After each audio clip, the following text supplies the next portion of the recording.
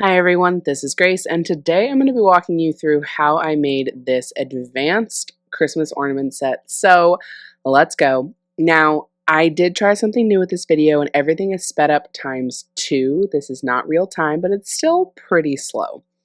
So we are rocking a 2 consistency outline and flood with this set, which as you can see there, I outlined first with a soft peak piping, let that dry for about 10 minutes, and then I'm going in with a thin flood here. Now the key here is a thin flood because we're doing a decent amount of wet on wet with this set, and if your flood is not thin enough, you're gonna be real frustrated.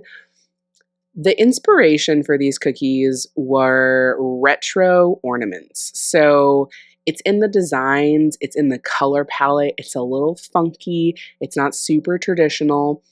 You can see here the green is a lime green. I've added pink, and then there is red and a blue aqua situation. It's kind of like a Tiffany blue inspired blue.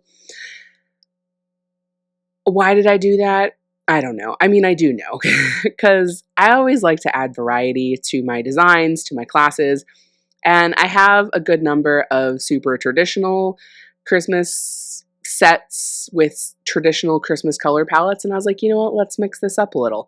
Now, this design here I actually changed on the fly because when the original design had this little pattern evenly from one side to the other, if that makes sense. Like the height was just like a bar across. But then when I did that and I had the curve of the cookie with the curve of the wet on wet, it just did not look right. It needed to have the squiggles be a curve, and actually it's a lot easier to do this way because if you're trying to match those squiggles perfectly up and down, it's actually quite difficult to do. So you're welcome, I think. If you've ever seen these vintage ornaments that are glass and they have kind of concave elements to them, they have cutouts, that's the inspiration for a couple of these designs, for 2 of them. This one here is one of them. And I'm adding some edible glitter because then I crackle it. Like, how cool is that? I love adding edible glitter before crackling because it leaves the crackle with like so much shine that is just really cool. So that's inspired by kind of the conclave-ish, texture-ish of these vintage ornaments. I used to have, or not used to, like my family tree at home has a ton of these ornaments. So it's something I grew up with. I don't remember the color palette though. I don't know if they had funky color palettes or if I just took my liberties with that one. I do have a beginner Christmas ornaments class, which is a similar color palette. It's pink and lime green and white. Doesn't have the red or the aqua, but it's so much simpler because it is just one consistency. Now, this is actually going to become a wreath.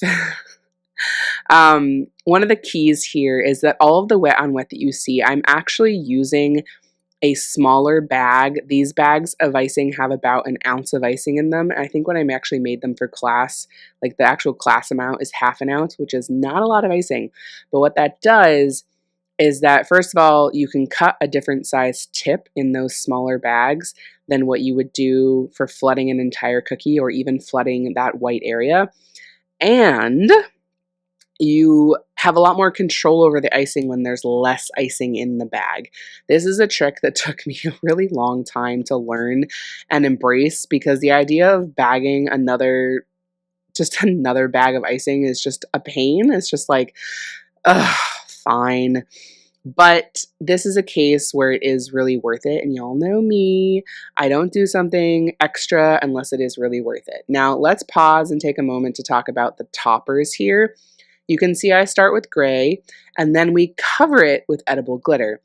Figuring out how to do the toppers for this set took me quite a hot minute, and it's honestly one of the reasons I stayed away from doing ornaments in any of my classes, because if you've ever made ornaments, figuring out what to do with the topper is honestly, I think, the hardest part of the whole thing, because obviously in real life, toppers are usually gold or silver, and most people who do ornaments with royal icing, they paint that topper portion with either gold or silver luster dust. And I don't know, I'm just not really into the luster dust these days. Like, I'll add some edible glitter, but that's about it.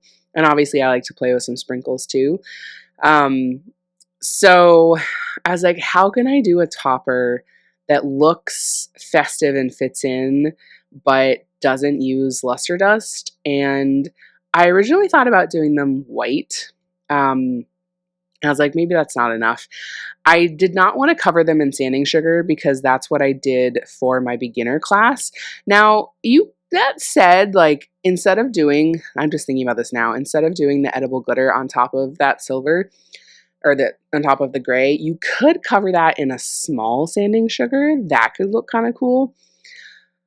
But this happy medium I found, because I do use the edible glitter in other cookies in the set, not just on the toppers.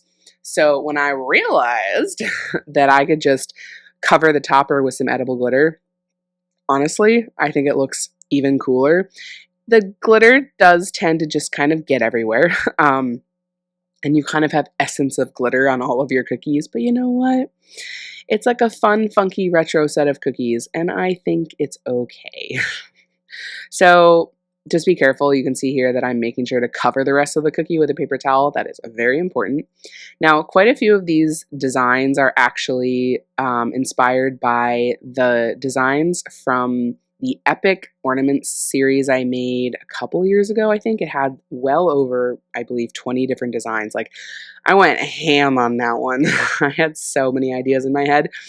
And when it came to picking a shape for this set of cookies for class, I was agonized over whether I should do the traditional circle or if I should pick one of the slightly different shapes. Because if you've seen that that shape series set with the ornaments, it uses like, I think, 6 different ornament shapes, which I love the variety in that. But with my classes, y'all know how much I love a one shape set.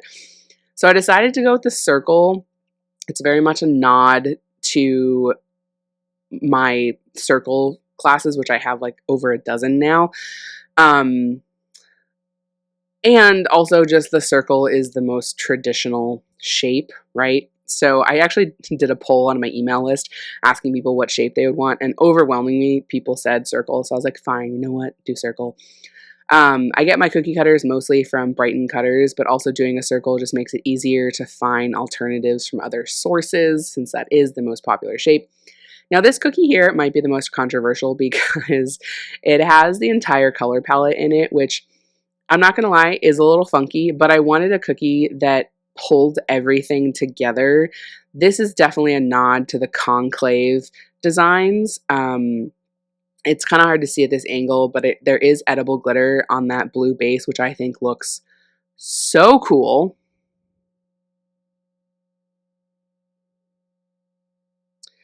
I just lost my brain. Oh, I was going to say something about how I was piping those pink lines. It's just really important to not pass them all through the center. You can see how halfway through, I stopped doing that, because if you do that, that center becomes this traffic jam of, how many lines is that? Like 8 different lines or something. And it becomes way too built up. So that's like a refinement thing, a next level kind of pay attention to your cookie decorating situation. The edible glitter that I'm using, by the way, is white diamond dust by the Sugar Art. 99% of the time, I just use white. Doesn't matter what the color is. If I am going for a gold effect, though, that is the rare time I will actually use gold edible glitter, which I do sometimes. It does sometimes happen. This design here is my ode to a simple design. I say this all the time whenever I'm designing a set of cookies, whether it be for class, an event, or a content set. I always like to make sure there's at least one design that is much simpler. And I do that for 2 reasons. One is for the visual balance, and 2 is for your sanity. Because it's always good to have at least one design that's really simple that you can crank out super quickly compared to the others. So sometimes, you know, when I have that, that means I might make more of this design than anything else. So it just makes my life easier, basically. Especially when you're doing like a custom set of cookies, I just think it's a good idea. Like, You don't need to make everything really complicated. That's all. And I love the simplicity of the Tiffany blue that's going on here. It just makes me happy. And you can see with the scribe pull, I pulled it at the curve with the circle to kind of help it give that 3D-ish effect. And then last but certainly not least is this snow design, which is taken directly from one of the designs I was talking about from that Shape Series set. The difference, the base of that one was more of a burgundy red, which was stunning. And the shape of it was kind of like an hourglass gourd kind of situation.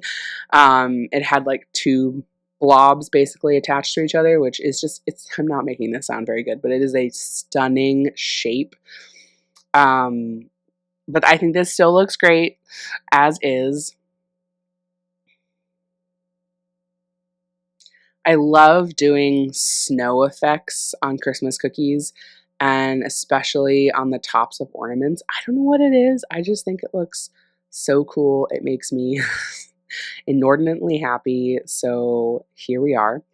I don't know why I'm poking holes here. I mean, I know why, to prevent craters, but I don't know that it's really necessary when you're going to cover the icing with sanding sugar. But I don't know. It's just what I did. It made sense at the time. Just make sure you put just barely enough of that white flood, because the sanding sugar is going to weigh the icing down and it's more likely to overflood. So just keep that in mind. And you want to make sure that red base is completely dry to the touch, like completely smooth. That's just going to make doing this part where you're covering the cookie multiple times with sanding sugar a lot simpler, because the icing won't, or sorry, the sanding sugar will not stick to the icing. If it happens, by the way, it's not like a permanent stick. You just have to wait until the base icing has completely dried, and then you can gently brush it off. It's just like the very little, how do you say, like humidity of the icing makes the delicate sanding sugar want to stick. So I love the little addition of the holly. Definitely, I was going to say my favorite part. It's like the holly on top of the snow that just makes my heart so happy. Be liberal with that edible glitter, by the way. And that's it. So that is my advanced Christmas ornaments. The link to learn more is in the description of the video, and definitely check out the beginner one if you're more of a beginner cookie decorator. Thanks for watching, and I'll see you next time. Bye!